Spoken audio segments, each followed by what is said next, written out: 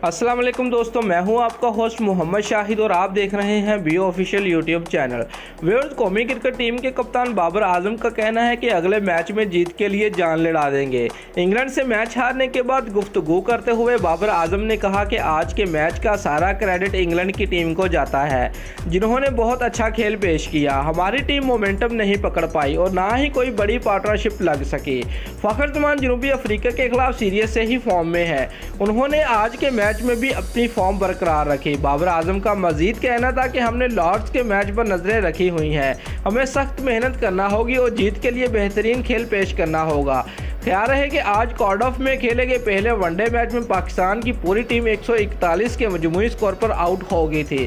Batting के बाद पाकिस्तान की बॉलिंग भी बुरी तरह नाकाम रही, जिसके बाद इंग्लैंड ने ग्रीन शर्ट्स को बआसानी 9 विकेटों से शिकस्त दे दी।